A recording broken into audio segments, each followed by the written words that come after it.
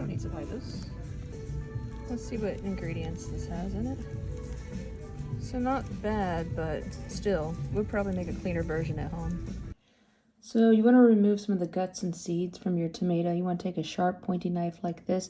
Now, the video that I watched, she inserted her knife on this end right here, and she went through like that, and then she just kind of squeezed it in here. But that method, I didn't really like that method. What worked better for me was I just cut the tomato in half like that, and then I remove the guts and seeds that way. I just squeeze them out. Another way to remove the guts and seeds, you can just cut off the top and then just squeeze like that.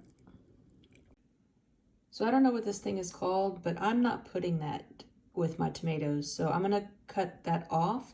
But when you cut your tomatoes, you don't want to waste anything. So make sure you just cut around this ugly thing and keep this part. All right, I'm done cutting them up. I got 8 cups out of my Roma tomatoes. Here's the guts and seeds that I removed. Place your cut tomatoes in a pot, turn on the heat, and keep on a gentle boil, and then stir every 20 to 30 minutes to prevent burning.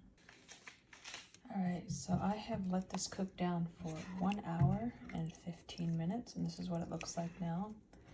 So now I'm going to let it cool off for 10 minutes, and then I'm going to put it in a blender and blend it. Once your tomatoes are nice and blended, put in your pan, spread it out, and we're going to bake at 225 degrees. So it has been 5 hours, and I think I'm gonna keep it in there longer, but I just took it out because I wanna scrape the sides, make sure it doesn't cake up on the sides here of the pan. I don't wanna waste any of my paste here, and I will be using this to make chili. So I've decided not to put it in the oven for additional time. I think 5 hours is long enough, and I like this consistency. And I'm gonna let it cool down, and then I'm gonna move on to the next step. So now what I'm gonna do is I'm gonna take a tablespoon and I'm gonna make little balls, and then I'm gonna set it on a pan, and then I'm gonna pop it in the freezer for 4 hours. So this made 16 tablespoons. I'm going to be removing one though before I pop it in the freezer because I'm going to be using it for chili.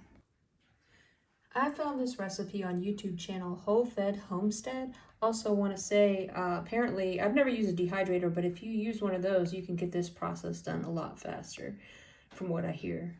All right, it has been 4 hours. It is ready to bag up. I only have this, so this is the kind of bags I'll be using because that's all I have. But yeah, just bag them up and put them in the freezer, and how long they keep for, I will put in the description.